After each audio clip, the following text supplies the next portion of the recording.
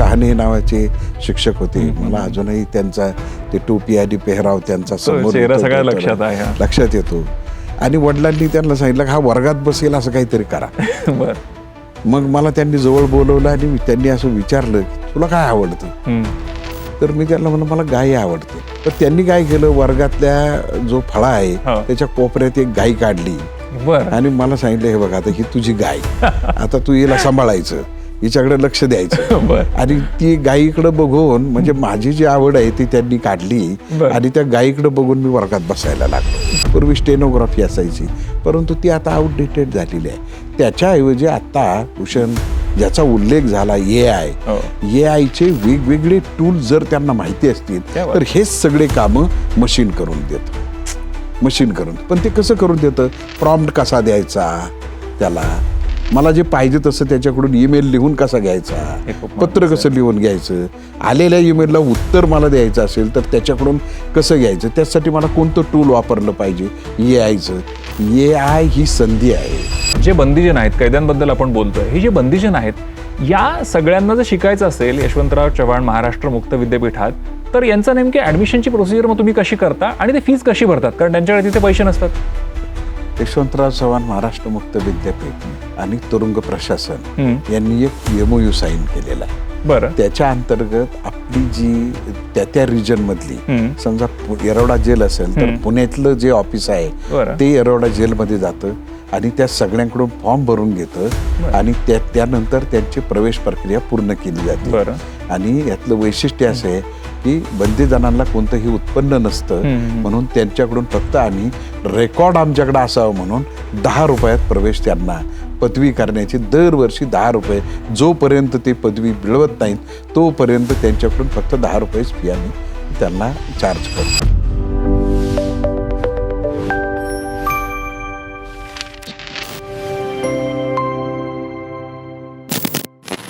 हाय, hello, नमस्कार.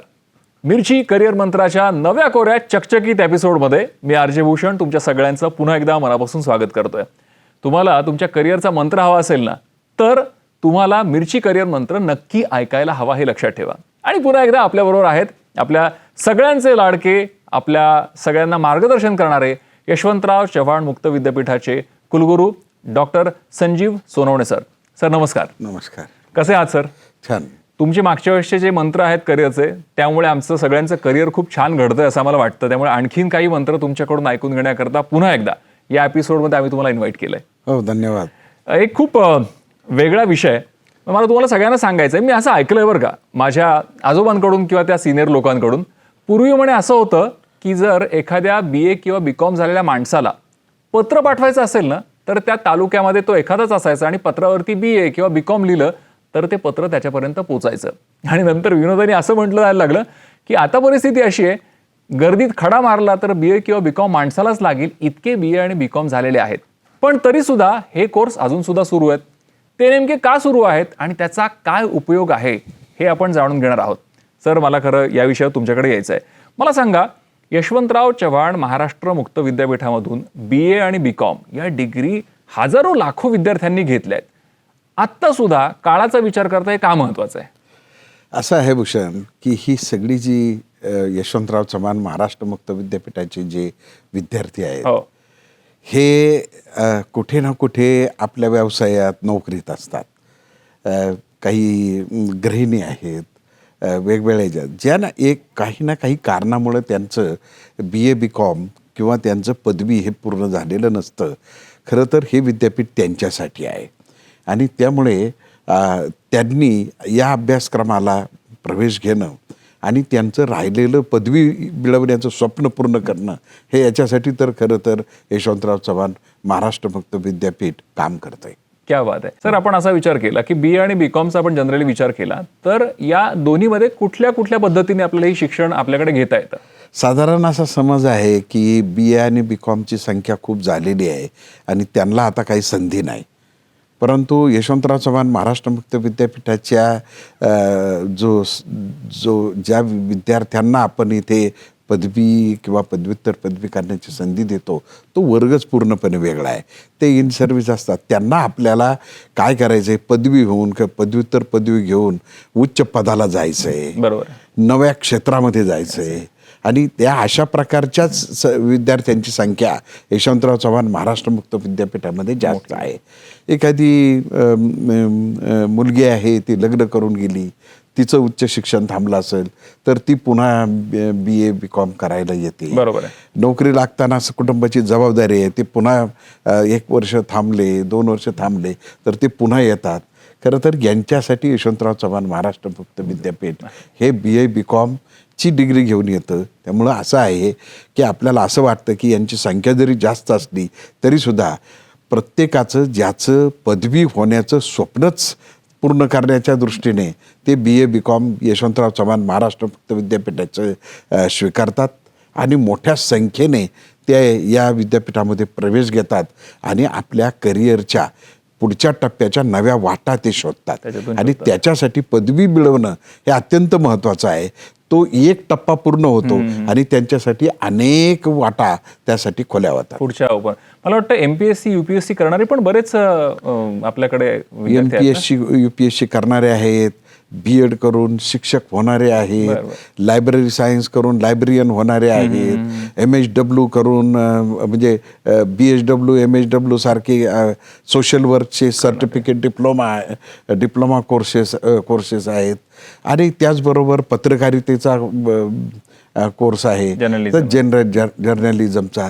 या अनेक क्षेत्रांमध्ये आपण जर पाहिलं असेल की आपल्याला असं वाटतं की पारंपरिक, आता साधा विषय जरी आपण घेतला की BA हिस्ट्री करून मला काय मिळणार आहे, परंतु आपण जर पाहिलं असेल की आता ज्या आपल्या अनेक आर्किओलॉजिकल साईट्स आहेत तेथे गाईड मिळत नाही आहेत. त्याच्यानंतर एखाद्या ठिकाणाचा इतिहास आपल्याला जाणून घ्यायचा असेल त्याचे अभ्यासक मिळत नाही आहेत. तर अशा ठिकाणी यांना नव्यानं खूप मोठी संधी आता प्राप्त झाली, उपलब्ध मोठी झाली. एक प्रश्न सगळ्यांच्या मनात येतो म्हणून तो प्रश्न की याचा क्रायटेरिया ऍडमिशनसाठीचा काय आहे? म्हणजे ज्याला BA ला ऍडमिशन घ्यायचं असेल किंवा BCom ला घ्यायचं असेल तर काय? असं आहे की BA ला घ्यायचा असेल तर तो 12वी आर्ट्स असला पाहिजे किंवा कोणत्याही शाखेतला चालतो. सायन्समधला असला तरी चालेल, कॉमर्समधला असला तरी चालेल. परंतु मग जर तो पॉलिटेक्निक करून आला असेल तरी सुद्धा त्याला ते 12वी इक्विव्हॅलंट असणार, 12वीच्या समकक्ष असतो तो धरूनही त्याला आपण प्रवेश देऊ शकतो, प्रवेश देतो. तर अशा प्रकारे त्यांना साधारणपणे 12वी समकक्ष असणारे कोणताही कोर्स केला तरी तो त्याला पदवीला तो प्रवेशास पात्र होतो. याकरता काही प्रवेशासाठी काही परीक्षा द्यावी लागते अशी काही हे नाही? पूर्वी होती, आता काही गरज नाहीये. आता जो येईल त्याला आपण प्रवेश देतो, कारण या विद्यापीठाचं मुळातच नाव आहे मुक्त. इथे आरक्षण नाही, जो येईल त्याला प्रवेश आहे, मुक्तपणे प्रवेश आहे आणि तोच या विद्यापीठाचं वैशिष्ट्य आहे. सर, हे खरं आपल्या चर्चा आणि गप्पा सुरू आहेत, पण एक वेगळा प्रश्न काय असतं की शिकवणारा जो शिक्षक आहे ना तो नेहमी आपल्या लक्षात राहतो. आणि तुमच्याशी गप्पा मारताना हा एक मोह मला आवरत नाहीये की तुमचे असे कुठले शिक्षक होते ज्यांनी तुम्हाला शिकवलं आणि त्यांच्याकडून तुम्हाला खूप छान मार्गदर्शन मिळालं आणि ते लक्षात राहून गेले? एखादं नाव असं येते समोर? प्रत्येक टप्प्यात शिक्षक आहेत. प्राथमिक स्तरावरचे शिक्षक आहेत, माध्यमिक मधले आहेत. आता प्राथमिक शाळेमध्ये मी ज्या वेळेला गेलो त्यावेळेला मी शाळेत बसायचो नाही, वर्गात बसायचो नाही, रडायचो.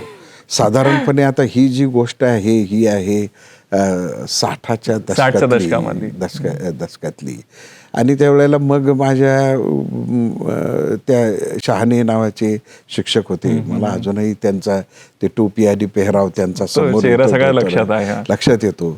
आणि वडिलांनी त्यांना सांगितलं हा वर्गात बसेल असं काहीतरी करा.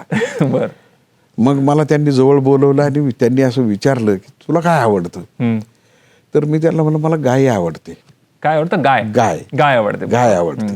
पण त्यांनी काय केलं, वर्गातल्या जो फळा आहे त्याच्या कोपऱ्यात एक गाय काढली आणि मला सांगितलं हे बघा आता ही तुझी गाय, आता तू हिला सांभाळायचं, हिच्याकडे लक्ष द्यायचं. आणि ती गायीकडे बघून म्हणजे माझी जी आवड आहे ती त्यांनी काढली आणि त्या गायीकडे बघून मी वर्गात बसायला लागलो. अगदी माझ्या जीवनात ते सत्य असणारी, अनुभवावर असणारी गोष्ट आहे. त्यानंतर माझ्या लक्षात आलं की जर शिकणाराची आवड जर शिक्षकांनी जाणून घेतली आणि ती जर शिकण्यासाठी जोडली तर तिथे तो शिकणारा प्रकारे शिकला, त्याचं नातं एका बंध निर्माण होतं त्याचं. क्या बात आहे सर. हा उदाहरण तुम्ही खूप छान सांगितलं. मगाशी माझ्या डोक्यात एक आलं होतं, म्हटलं ते तुम्हाला विचारूयात की एक समजून असं घ्यायचं होतं, मला जाणून असं घ्यायचं होतं, हे BA BCom जे करायचं आहे हे करत असताना त्याचा जो अभ्यासक्रम आहे सो तो ऑनलाईन आपल्याकडे उपलब्ध आहे की प्रत्यक्ष शिक्षण वर्गामध्ये जावं लागतं? शनिवार रविवार तुम्ही मागच्या एपिसोडमध्ये सांगितलं होतं, याचं कसं आहे स्ट्रक्चर? याचं असं आहे की तो प्रवेश ऑनलाईन घेतो. विद्यापीठाची जी अधिकृत वेबसाईट आहे www.ycme.ec.in याच्यावर गेलं की ॲडमिशनवर क्लिक केलं की त्याला BA BCom असे तिथे ते सगळे पर्याय उपलब्ध आहेत. तर त्यात तो क्लिक करून तो आपला प्रवेश प्रक्रिया पूर्ण करू शकतो. नंतर एकदा का प्रवेश प्रक्रिया त्याची पूर्ण झाली की त्याला आपलं जो विषय निवडलाय त्याची त्याला अभ्यास साहित्य त्याला उपलब्ध करून दिलं जातं त्याच्या अभ्यास केंद्रावर. बरं. आणि मग ती पुस्तकं घेऊन जातो, तो अभ्यास करतो. शनिवार रविवारी प्रश्नांची उत्तरं, त्याच्या शंका आणि प्रश्नांची उत्तरं तिथे तसे आपले व्याख्यानं होतात, समंत्रणं होतात. त्याला आपण काउन्सिलिंग काही म्हणू. अशा प्रकारचं त्याचं ते शनिवार रविवार चालतं आणि याच्यातून तो शिकत शेवटी परीक्षा देतो. परीक्षा देतो हा त्यातला भाग आहे. आता नव्यानं आपण ऑनलाईनचे पदवी आणि पदव्युत्तरचे सुरू करत आहोत, पण आता सध्या मात्र दूरशिक्षणामधून त्यांना उपलब्ध आहेत. म्हणजे मागच्या एपिसोडमध्ये तुम्ही जे सांगितलं की ती व्यवस्था पुढे आपल्याकडे येणार आहे, ऑनलाईन सुद्धा हा अभ्यासक्रम आपल्याला भविष्यात शिकता येईल. तो खरं काळ सगळा असा होता की तेव्हा BA झालं, BCom झालं म्हणजे आता तुमचं करिअर पुढे मार्गी लागणार. आता सगळा काळ बदललाय. मला एक सांगा की आत्ताच्या मुलांनी पुढे AIचं सुद्धा सगळं युग येऊ घातलेलं आहे. या सगळ्या गोष्टीकडे सगळ्या विद्यार्थ्यांनी कशा प्रकारे बघायला हवं? कारण काय झालंय, हल्ली ती भीती म्हणून पण बघितलं जात आहे आणि चॅलेंज म्हणून पण बघितलं जात आहे. भीती म्हणून बघावं, चॅलेंज म्हणून बघावं की संधी म्हणून बघावं? ही फार मोठी संधी आहे. बरं. कसं आहे की आपल्याला आपण साधं उदाहरण घेऊ की मी BA करतो. काय करतो मी? तर माझा त्या विषयात ज्ञानस्तर उंचावतो. त्यानंतर मला काही कौशल्य येतात. उदाहरणार्थ की सोपं आपल्याला कौशल्य म्हणजे असं वाटतं की मी काहीतरी करतो, पण विचार करण्याचंही कौशल्य आहे, विश्लेषण करण्याचं आहे, टीकात्मक करण्याचं आहे, त्यानंतर चांगलं वाईट समजण्याचं आहे. अशा अनेक गोष्टी त्या आपण BA करताना किंवा BCom करताना पदवी घेताना आपण तिथे घेत असतो. आपलं स्वतःचं भाषिक कौशल्य चांगलं होतं, आपल्याला सादरीकरण जमायला लागतं. हे सगळंच करता करता मग आपण जर त्याच्या बरोबरीनं आता पूर्वी असा एक ट्रेन होता की मला चांगलं संगणक चालवता आला किंवा टायपिंग करता आलं तर मला त्याच्या बरोबरीनं मग बरेच मुलं 40 आणि 60 ती काय टायपिंगचा स्पीड असतो 60 गणित, इंग्रजी आणि मराठी याच्या टायपिंगला त्या जातात. पूर्वी स्टेनोग्राफी असायची, परंतु ती आता आउटडेटेड झालेली आहे. त्याच्याऐवजी आता भूषण ज्याचा उल्लेख झाला AIचे वेगवेगळे टूल जर त्यांना माहिती असतील तर हेच सगळे कामं मशीन करून देतं. पण ते कसं करून देतं?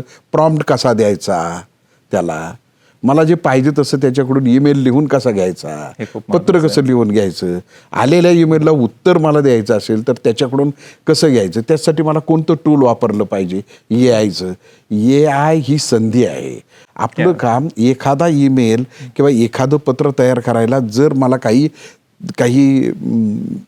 तास लागत असतील किंवा वेळ लागत असेल, त्याच्या अगदी एक मी म्हणतो की काही एखादं पत्र टाईप करायचं असेल त्याच्यापेक्षाही कमी वेळेमध्ये तो घंटो का मिनिटो मे म्हणतात ना तशा प्रकारचं ते आहे. परंतु त्यातलं ते वापरायचं कसं, प्रॉम्प्ट कसे द्यायचे, चॅटबोट म्हणजे कसा, त्याचा कसा निर्माण करायचा, यातली जे तंत्र आहे ते त्यांनी अवगत करणं गरजेचं आहे. आणि ते फार अवघड आहे असं काही नाही, ते फार रॉकेट आहे असं काही नाही. जो चांगल्या प्रकारचा पदवीधर आहे त्याला ते नक्की अवगत होतं. अगदी सहजपणे ते करता येऊ शकतं. नाही, या निमित्ताने खरं मला हेच म्हणायचं आहे की आपण BA केलेलं असेल, BCom केलेलं असेल, पण त्यासोबत आपण जर AIची जोड केली, म्हणजे पूर्वी तुम्हाला आठवत असेल तर खूप भीती होती जेव्हा साधारणपणे 90च्या दशकामध्ये कम्प्युटर्स आले तेव्हा जॉब जाणार असं सगळ्यांनी खूप मोठा आरडाओरडा केला. थोडे जॉब गेले पण निर्मिती जॉबची त्यापेक्षा जास्त होती आणि AIच्या काळातही असं होईल असं तज्ज्ञांचं म्हणणं आहे. मला आणखीन एक महत्त्वाचं तुमच्याशी जी चर्चा करायची की आता आपण BA आणि BCom याबद्दल बोललो आणि तुम्ही सांगितलं की भूषण MPSC करता येतं, UPSC करता येतं, वकिली त्याच्यानंतर करता येते.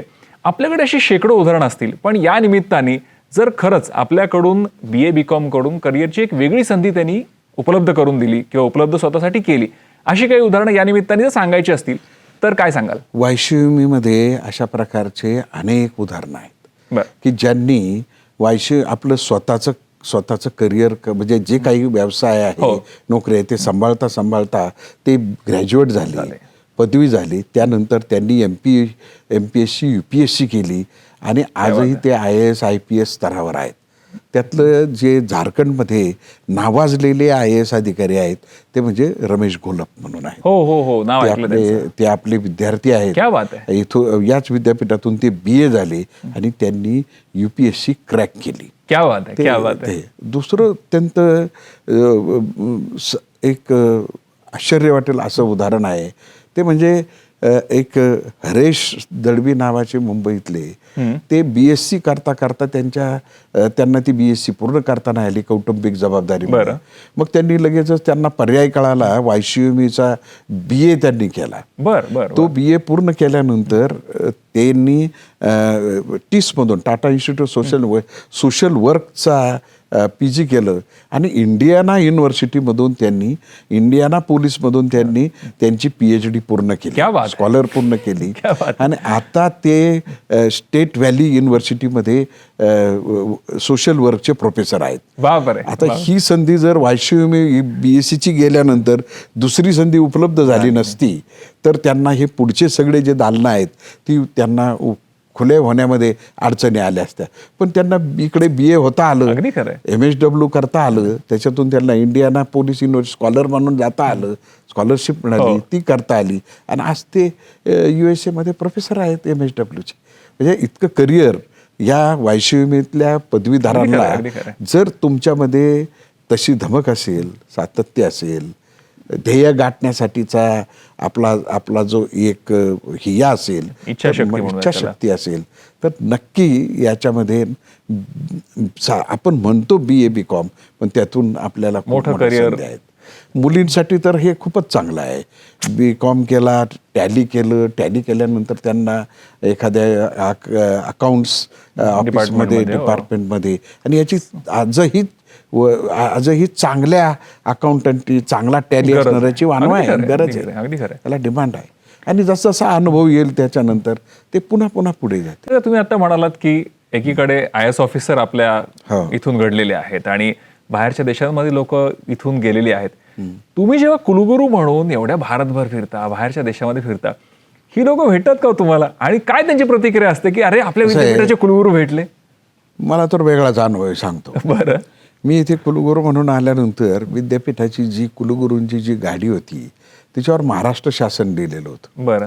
मी ते नाव काढायला लावलं आणि यशवंतराव चव्हाण महाराष्ट्र मुक्त विद्यापीठ असं काचेवर लिहिलं. विद्यापीठाची वेबसाईट त्याच्यावर टाकली आणि तिथे ती गाडी लांबून पाहिली तर कितीतरी मुंबईमध्ये प्रवास करताना किंवा रस्त्याने प्रवास करताना हे पोलीस अधिकारी सुद्धा धावत पळत येतात. मला सुरुवातीला वाटलं आपलं काही सिग्नल तुटलाय का, परंतु ते यायचे, नमस्कार करायचे. सर तुमच्या या यशवंतराव चव्हाण मधून मी ग्रॅज्युएट झालो आणि त्याच्यानंतर मी PSI झालो, मी डेप्युटी SP झालो, अशा प्रकारचे ते सांगतात. म्हणजे रस्त्यातच भेटतात ते आणि धावत येऊन सांगतात सिग्नलला. म्हणजे इतका आणि त्यावेळेला खूप मोठा आनंद मिळतो. काही तर असं आहे की BA झाला मी करता एक जण परभणीवर धडपडत आला आणि मला पेढे दिले. मला कशाचे पेढे? सर मी आपल्याकडून आपल्या विद्यापीठाचा पदवीधर झालो 3 वर्षापूर्वी. म्हणलं बा आत्ता पेढे का देतो? आता त्याच्यामुळे मला प्रमोशन मिळालं. क्या बात आहे. ओके. तर मी आता त्या म्युन्सिपाल्टीमध्ये होतो, या महानगरपालिकेमध्ये परभणीच्या, आणि तिथे मला आता प्रमोशन मिळालं त्याच्यावरचं. ही सगळी जी दालनं ओपन होतात तर ती दालनं ज्या वेळेला या विद्यापीठानं त्यांना दैनंदिन कामकाज सांभाळता, रेग्युलर करताना येणाऱ्या अडचणीवर मात करून त्यांनी ते केलेलं आहे. आता आपलं चांगलं उदाहरण घ्यायचं असेल तर आपल्या ज्या कविता राऊत आहेत धावपटू, फार मोठं. त्यांना त्यांचं क्रीडाचं करिअर होतं, घर होतं, स्वतःचं होतं. पण यशवंतराव चव्हाण महाराष्ट्र मुक्त विद्यापीठातून त्यांनी त्यांची पदव्युत्तर पूर्ण केली आणि आज त्या उत्तम आपलं करिअर सरकारी नोकरीमध्ये आहेत. सरकारी नोकरीमध्ये आहेत. ही केवढी मोठी उपलब्धी. म्हणजे खरं म्हणायचं तर बऱ्याच वेळेस असं असतं की एखाद्या ठिकाणी प्रमोशनसाठी एखादी डिग्री आवश्यक असते. मी सुरुवातीला माझ्या 10वी-12वीच्या बेसवरती एखादा व्यक्ती लागलेला असतो, सो त्यांच्याकरता ही खूप मोठी उपलब्धी आहे. अत्यंत मोठी आहे. त्याच्याप्रमाणे दुसरी एक आमच्याकडचं जे उदाहरण सांगतो तर ते असं आहे की साधारणपणे 92 साली शहा आहेत, बरं, त्यांच्याकडून एक गुन्हा घडला, त्यामुळे त्यांना सजा झाली. अरे बापरे. ते जेलमध्ये गेले. ते आजही, आणि त्यानंतर त्यांनी विद्यापीठाचं जेलमध्ये असताना BA पूर्ण केलं आणि ते BA पूर्ण केल्यानंतर त्यांची सजा संपली, बाहेर आले, त्यांनी LLB केली आणि आज नाशिकच्याच कोर्टामध्ये ते वकील म्हणून प्रॅक्टिस करतायत. एवढी मोठी गोष्ट आहे. म्हणजे सामाजिक परिवर्तनामध्ये सुद्धा म्हणजे एक किती बदल आहे की गुन्हा घडल्यानंतर कैदी होणं आणि त्याच्यातून पुन्हा शिक्षण घेऊन आपण वकिलीचा व्यवसाय करणं, इतकं परिवर्तन कोणामध्ये घडू शकत असेल, त्याचसाठी तर पायश्रीभूमी अशा संधी दिली. मागे मी असं ऐकलं होतं की ह्या सगळ्या हे जे सगळे गुन्हेगार आहेत यांच्याकरता पण आपण काहीतरी वेगळा इनिशिएटिव्ह घेतला होता.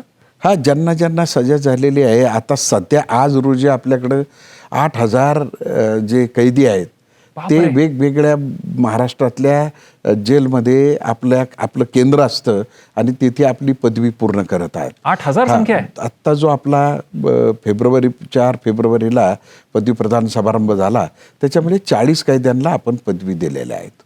बापरे.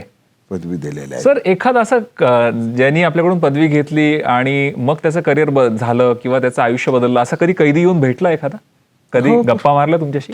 नाही, मला स्वतःला ज्या वेळेला मी पुण्याच्या जेलमध्ये गेलो होतो, तिथे येरवडा जेलमध्ये, त्यामध्ये त्यांची संख्या खूप भेटली मला. बरं. आणि ते प्रतिक्रिया म्हणजे काय भावना व्यक्त केल्या त्यांनी? आता उत्तम भाषण केलं त्यांनी. यशवंतराव चव्हाण विषयी भरभरून बोलले. त्यांच्या अधिकाऱ्यांचे जे तुरुंग अधीक्षक होते त्यांच्या समोर त्यांनी भरभरून भाषण केलं आणि त्यांनी ती आपल्या असणाऱ्या पुस्तकांचं कौतुक केलं.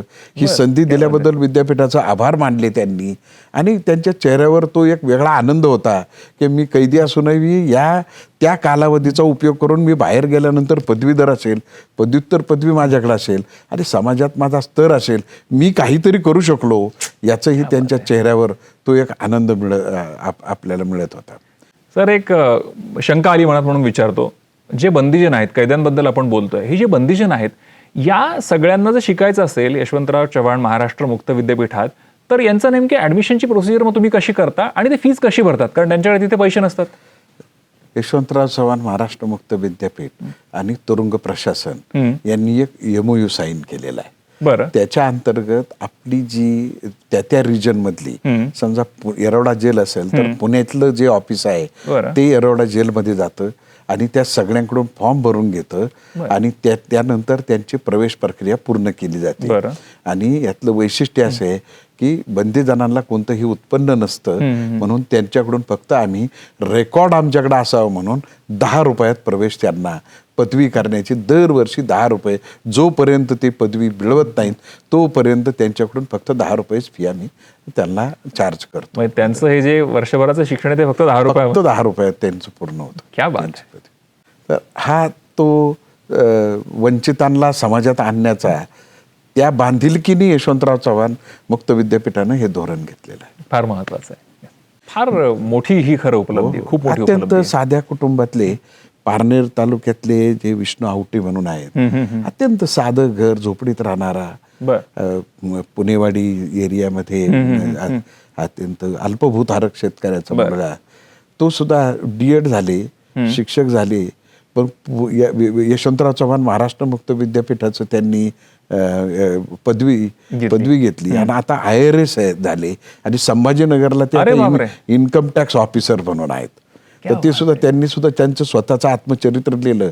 त्याच्यामध्ये त्या YCVMने मिळालेल्या संधीमुळे माझं जीवन कसं बदललं ते त्यांनी त्याच्यामध्ये सांगितलं. मला खरं हेच म्हणायचं आहे आणि मी खरंच सांगतो, मी सुद्धा मागच्या एपिसोडमध्ये म्हटलं होतं की यशवंतराव चव्हाण महाराष्ट्र मुक्त विद्यापीठाचा मी सुद्धा एक माजी विद्यार्थी, पण मला खरोखर अभिमान वाटतो की किती सहज ज्ञानगंगा घरोघरी किती सहजपणे हे ज्ञान आणि शिक्षण पोचतंय.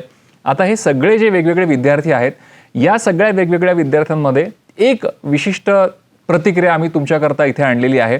खरंच महाराष्ट्रामधली ही जी प्रतिक्रिया आहे आपल्या यशवंतराव चव्हाण महाराष्ट्र मुक्त विद्यापीठाबद्दल आणि इथून केलेल्या कोर्समुळे आयुष्य कसं बदललं, नक्की बघूयात. आम्ही यशवंतराव चव्हाण महाराष्ट्र ओपन युनिव्हर्सिटीमधून डिप्लोमा इन जर्नलिझम केलेलं आहे आणि ते आम्ही ज्यावेळेस SP नाशिक ग्रामीण होतो त्यावेळेस आम्ही तिथून हा कोर्स केला होता. वेगवेगळे प्रकारचे कोर्सेस आहेत, त्याच्यात डिग्री कोर्सेस आहे, डिप्लोमाज आहे, तसेच सर्टिफिकेट कोर्सेस आहे. ही जी सुविधा नाशिकमध्ये उपलब्ध आहे आणि ही जी ओपन युनिव्हर्सिटी आहे आणि डिस्टन्स एज्युकेशनमधून तुम्ही कुठलेही कोर्सेस हे करू शकता. वेगवेगळे कोर्सेस त्यांचे वेबसाईटवर उपलब्ध आहे. तर ही जे कोर्सेस एक तर तुम्ही करू शकतात, घरी बसून करू शकतात. मग ज्यावेळेस बाकीचे फॉर्मॅलिटीज असतात, एक्झाम्स असतात, त्याच्यासाठी तुम्हाला नक्की जावं लागतो. ही जी सुविधा आहे याचा वापर सगळ्यांनी केला पाहिजे, त्याचा फायदा घेतला पाहिजे आणि जे आहे शिक्षण आपण कधी थांबवलं नाही पाहिजे असं माझं मत आहे. आणि हे जे सुविधा आहे त्याचा फायदा तुम्ही सगळे घ्या. जे नाशिकला आहे ते तुम्ही व्हिजिट तिथे करू शकतात, फिजिकली जाऊन बघू शकतात. त्यांचे वेबसाईट आहे, ते कोणते कोर्सेस त्याच्यावर उपलब्ध आहे ते सगळं तुम्ही बघू शकतात. मग याचा वापर तुम्ही करा, फायदा घ्या. तुम्हाला सगळ्यांना मी खूप खूप शुभेच्छा देतो. धन्यवाद. नमस्कार, मी विशाल परदेशी. आपण बघताय न्यूज 18 मराठी, आवाज महाराष्ट्राचा. पहा फक्त न्यूज 18 मराठी असं म्हणत रोज वेगवेगळ्या घडामोडींच्या माध्यमातून, वेगवेगळ्या कार्यक्रमांच्या माध्यमातून मी आपल्याला भेटत असतो. मंडळी, एक सामान्य विद्यार्थी ते एक वृत्त निवेदक इथपर्यंतचा माझा जो काही प्रवास आहे, या सगळ्या प्रवासात मी ज्या शाळेत शिकलो, ज्या विद्यापीठात शिकलो, त्यांचा मी अत्यंत ऋणी आहे. कारण माझी स्वतःची जडणघडण, मग ती ज्ञानाच्या पातळीवर असेल, माहितीच्या पातळीवर असेल, ती माझ्या विद्यापीठाने माझी करून घेतली. खरं मला अभिमान वाटतो की मी यशवंतराव चव्हाण महाराष्ट्र मुक्त विद्यापीठाचा विद्यार्थी आहे. हो, मी त्याचा विद्यार्थी, माझी पदवी या विद्यापीठाची आहे. असं आहे मंडळी की 10वी नंतर पुढे तसं बघायला गेलं तर सायन्स घेण्याचं केलेलं धाडस आणि पुढे त्यात आलेलं अपयश, यातनं नेमकं पुढे काय करायचं हा प्रश्न आवासून माझ्या पुढे उभा होता.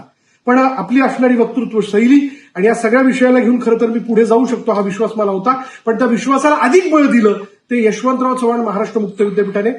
या विद्यापीठाची पूर्वपरीक्षा मी दिली आणि त्यानंतर ग्रॅज्युएशनच्या पहिल्या वर्षाला मी ऍडमिशन घेतलं. म्हणता म्हणता माझं 3 वर्षाचं ग्रॅज्युएशन पूर्ण झालं आणि माझ्या हातात या विद्यापीठाची पदवी आली. त्यानंतर पुढे मी पोस्ट ग्रॅज्युएशन केलं आणि थेट मुंबई गाठल्यानंतर आज मला इथे या पदावरती काम करण्याची संधी मिळते. मेहनतीला पर्याय नसतो, पण ही मेहनत करत असताना, हा प्रवास पूर्ण करत असताना आपलं विद्यापीठ फार महत्वाचं आहे, ज्यामध्ये आपण तयार होतो, ताऊन सुलाखून बाहेर पडतो. आणि तसंच माझं हे विद्यापीठ म्हणजे यशवंतराव चव्हाण महाराष्ट्र मुक्त विद्यापीठ. असं आहे, मी यापूर्वी म्हणालो की मला अभिमान आहे, मी या विद्यापीठाचा विद्यार्थी. आपण देखील या विद्यापीठाचे विद्यार्थी होऊन अशाच पद्धतीने, मेहनतीने आपलं यश, आपल्या यशाचं शिखर गाठू शकता. मला अभिमान आहे माझ्या विद्यापीठाचा. माझा अभिमान, माझं विद्यापीठ यशवंतराव चव्हाण महाराष्ट्र मुक्त विद्यापीठ.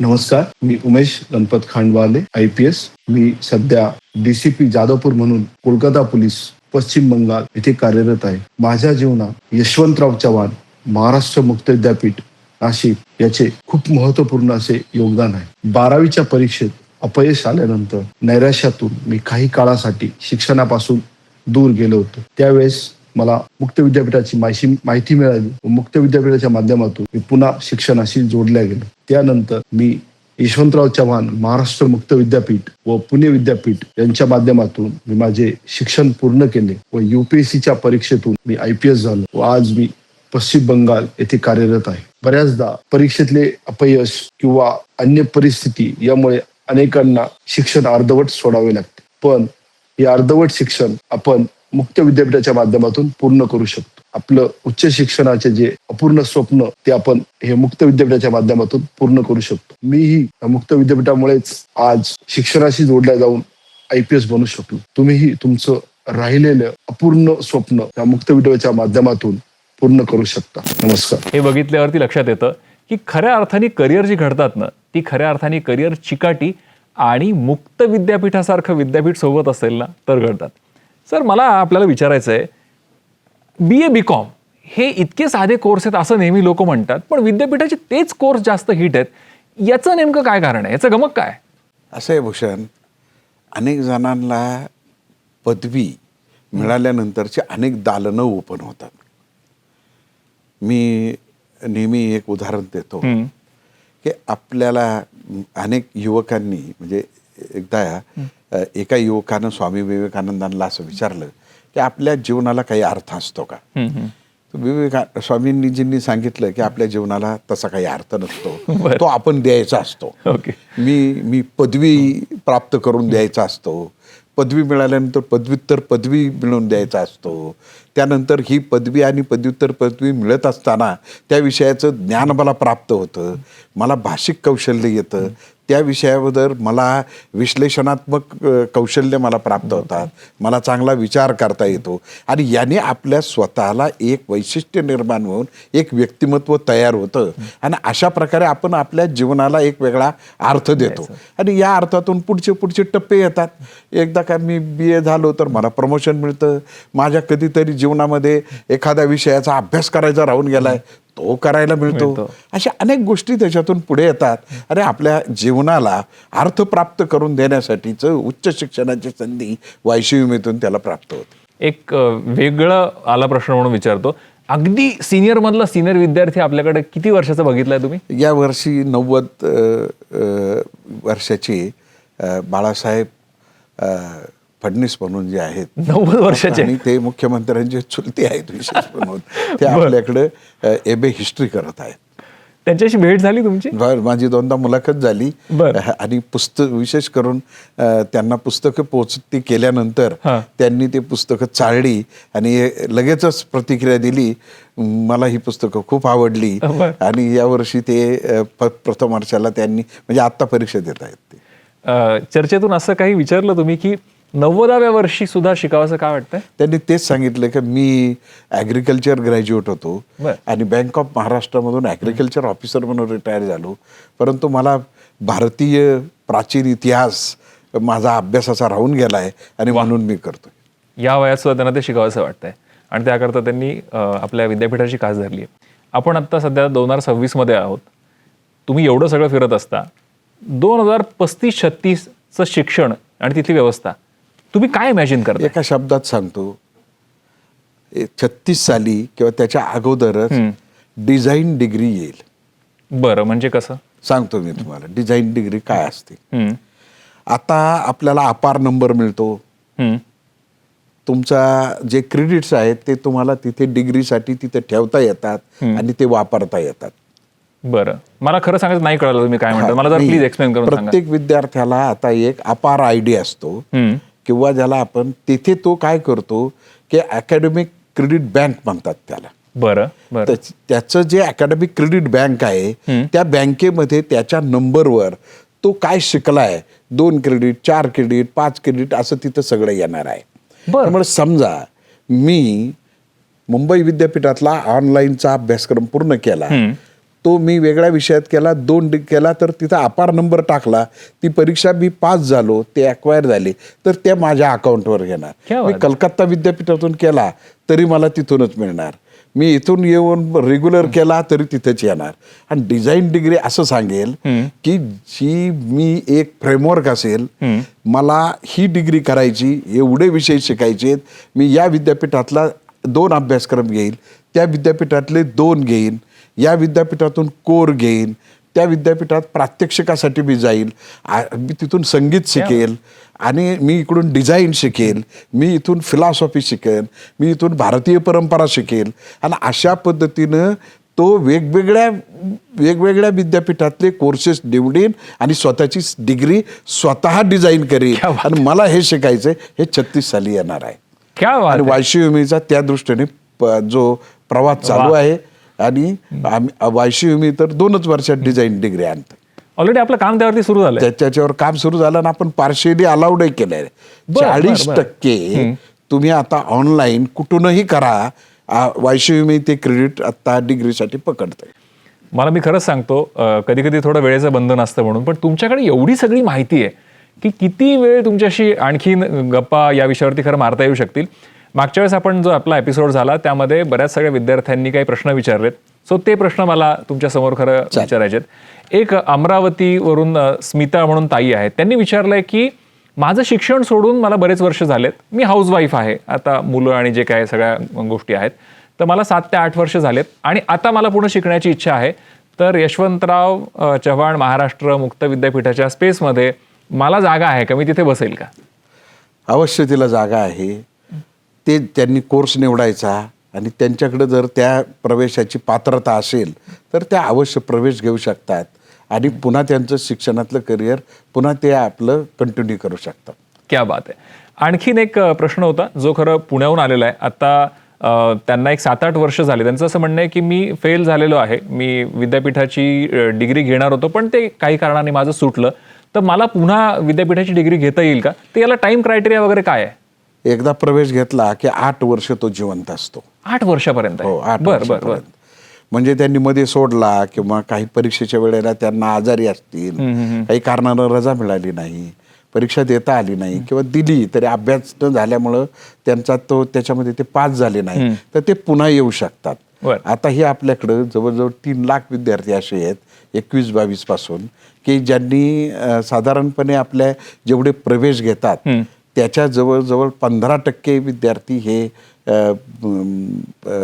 परीक्षेला बसण्यासाठी त्यांना काही अडचणी येतात आणि त्यातले पुन्हा 10 ते 15%, 78% आपला निकाल जे बसतात त्यांचा लागतो. 78 ते 80 साधारणपणे एवढा निकाल लागतो. तर या सगळ्यांसाठी वायसीएमई पुन्हा SMS पाठवतं. त्यांना पुन्हा आपलं परीक्षेसाठी रजिस्ट्रेशन करायला सांगतं आणि पुन्हा दर 6 महिन्याने होणाऱ्या परीक्षेमध्ये आपण त्यांना पुन्हा संधी देतो. पूर्वी असं होतं की या सेमिस्टरला याच विषयाची परीक्षा व्हायची, दुसऱ्या सेमिस्टरला त्याच विषयाची परीक्षा व्हायची. पण आता परीक्षा ज्या होतात आपल्या त्या जानेवारी आणि मे-जून, जानेवारी-फेब्रुवारीमध्ये होतात. त्यामध्ये सगळ्या अभ्यासक्रमांच्या सगळ्या विषयांच्या परीक्षा होतात. त्यामुळे ते 6 महिन्यांनी तयारी करून पुन्हा येऊ शकतात आणि पुन्हा आपली डिग्री पूर्ण करण्यासाठी त्यांना पुन्हा परीक्षेची संधी त्यांना दिली जाते. क्या बात आहे. खरं मी जेव्हा डिग्री घेतली ना, माझ्याकडून एक गोष्ट मिस झाली आणि मला त्याचं फार वाईट वाटतंय. मी असं ऐकलंय की आपला कन्व्होकेशन सेरेमनी खूप वेगळा आणि हे असतो, तर त्याबद्दल आम्हाला जरा सांगा ना, कसं करता? एवढे सगळे विद्यार्थी कुठून कुठून त्यांना डिग्री मिळत असेल? साधारणपणे 1.5 लाख विद्यार्थ्यांना आपण दरवर्षी पदवी प्रदान समारंभामध्ये पदवी प्रदान करतो. त्यातले 1,500 विद्यार्थी स्वतः इथे कॅम्पसवर येतात आणि त्या समारंभामध्ये सहभागी होतात. त्यातले जे गोल्ड मेडलिस्ट आहेत त्यांना आपण जे प्रमुख राज्यपाल असतील, माननीय राज्यपाल किंवा जे प्रमुख अतिथी असतील त्यांच्या हातून त्यांना ते गोल्ड मेडल त्यांना तिथे आपण ते गोल्ड मेडलने गौरवतो. आणि इतरांना खूप असं असतं ते डिग्री घेतात विद्यापीठाच्या इमारतीसमोर किंवा कुलगुरूंना वेळ असेल तर त्यांच्या समवेत किंवा त्यांच्या स्कूलला जातात, त्यांच्या संचालकांच्या समवेत ते फोटो काढतात आणि त्याचा आनंद घेतात. कारण ते दूर शिक्षणातून शिकलेले आहेत, विद्यापीठ त्यांनी पाहिलेलं नसतं आणि त्यांना ही एक संधी असते की मी विद्यापीठात जाऊन डिग्री घेतली आणि त्याचा हा फोटो आहे आणि अलीकडं स्टेटसवर ठेवणं वगैरे त्याचा तो एक आनंद त्यांना त्याच्यातून मिळतो. आपला जो माजी विद्यार्थी संघ आहे तो पण खूप मोठा आहे ना? तो मी सांगितलं ना आतापर्यंत 50 लाख विद्यार्थी आहेत, परंतु त्यातले 5 ते 6 लाख विद्यार्थ्यांनी याची नोंदणी केलेली आहे, ऑफिशियली नोंदणी केलेली आहे. आता कोणत्याही विद्यापीठामध्ये इतकी रजिस्टर्ड असणारा आपला अल्युमिनाय असोसिएशन अगदी धर्मादाय आयुक्ताला रजिस्टर्ड आहे आणि त्याला 5 लाख सदस्यांनी नोंदणी केलेली आहे. फार मला वाटतं ही मला खरंच वाटतं एवढी संख्या भारतात पण कदाचित कुठल्या विद्यापीठाकडे नसावी कदाचित. मगाशी बोलण्याच्या ओघात एक विद्यार्थ्याचा प्रश्न राहून गेला, तो असा होता की मला गव्हर्नमेंट जॉबमध्ये इंटरेस्ट आहे, तर ही जर मी डिग्री केली तर ती गव्हर्नमेंट जॉब करता योग्य राहील का, असा एक प्रश्न आलेला होता. आता मागच्या 15 दिवसामध्ये साधारणपणे गव्हर्नमेंटमध्येच नोकरीला असणार, कोण रेल्वेत आहे, बर, कोण डिफेन्समध्ये आहे, कोणी आरोग्य खात्यात आहे, या सगळ्यांनी त्यांची निवड झाली आणि ती डिग्रीचं त्यांना व्हेरिफिकेशन लागतं. मंत्रालयात कितीतरी जण आहेत, रेव्हेन्यूमध्ये कितीतरी जण आहेत, त्यांची तिथं निवड झाल्यानंतर त्यांची डिग्री व्हेरिफिकेशनला येते, याचा अर्थ ते सरकारी नोकरीमध्ये त्यांना स्थान मिळतंय आणि ती डिग्री व्हेरिफिकेशनला आमच्याकडे येते. ते आम्ही ती करून देतो की ही डिग्री जी आहे जे काही रेकॉर्डप्रमाणे करून देतो. त्यामुळे सरकारी नोकरी असेल, औद्योगिक असेल, खाजगी असेल, सगळ्या स्वतःचा व्यवसाय करायचा असेल तर ते सुद्धा आपल्याकडे उपलब्ध, त्यांना ही संधी उपलब्ध आहे. विशेष करून ॲग्रिकल्चरमधले आपले जे कोर्सेस आहेत त्याच्यातून व्यवसाय निर्मिती फार मोठ्या प्रमाणामध्ये, स्वतःचे छोटे छोटे नर्सरीज असतील आणि अनेक व्यवसाय त्यांनी सुरू केले, निवडलेले आहेत. तर काय बोलू मी याबद्दल, तुमच्याकडे केवढं ज्ञान आहे आणि तुम्ही या सगळ्या गोष्टी सांगतायत ना. मी खरं सांगतो, तासन तास तुमच्याशी गप्पा मारल्या तरी ते संपणार नाहीये, पण हा एपिसोड मला इथे थांबवायला लागणार आहे. आणि आता तुम्ही ज्याची वाट बघताय, हो त्याची वेळ झाली आहे. मी आजचा करिअर मंत्र सरांना विचारणार आहे. सर, सगळे विद्यार्थी, सगळेच लोक तुम्हाला बघतायत, आजचा तुमचा करिअरचा मंत्र काय? भूषण, मगाशीच बोलताना मी सांगितलं, स्वामी विवेकानंदांचं उदाहरण हो दिलं हो हो की आपल्या जीवनाला काही अर्थ असतो का, आणि स्वामीजींनी सांगितल्याप्रमाणे तो आपल्याला द्यायचा असेल आपल्या जीवनाला अर्थ, तर आपण आपला शिक्षणाद्वारे ज्ञानस्तर उंचावून, क्षमता उंचावून, आपल्यामध्ये स्वतःमध्ये एक व्यक्तिमत्व घडवून सातत्यानं आपल्या ध्येयाकडे जर प्रवास केला तर आपल्या निश्चित आपल्या स्वतःच्या जीवनाला नक्की आपण अर्थ देऊ आणि तोच अर्थ पुढे आपण समाजालाही देऊ आणि त्यातूनच आपलं उज्ज्वल करिअर घडेल. आणि यशस्वी करिअर मंत्र हाच आहे. क्या बात आहे. सो यशस्वी करिअरचा मंत्र तुम्हाला सरांकडून मिळालेला आहे. आता माझं एवढंच म्हणणं आहे की आजचा हा एपिसोड जरी संपत असला तरी मिरची करिअर मंत्राचा पुढचा एपिसोड तुमच्या भेटीकरता येणार आहे.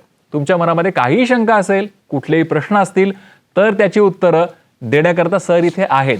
मिरची भूषण नावाने मी इंस्टाग्रामवरती आहे, मिरची मराठी आमचं इंस्टाग्रामचं पेज आहे. या दोन्ही ठिकाणी दिलखुलासपणे कुठलाही प्रश्न विचारा किंवा यशवंतराव चव्हाण मुक्त विद्यापीठाची वेबसाईट आहे, तिथेही तुम्ही आम्हाला कळवू शकता. मिरची करिअर मंत्रा असाच हा शो सुरू राहणार आहे आणि नक्कीच तुम्हाला तुमच्या करिअरचा मार्ग यातून सापडेल, हा आम्ही प्रयत्न करू. सर, पुन्हा एकदा मनापासून धन्यवाद. नमस्कार.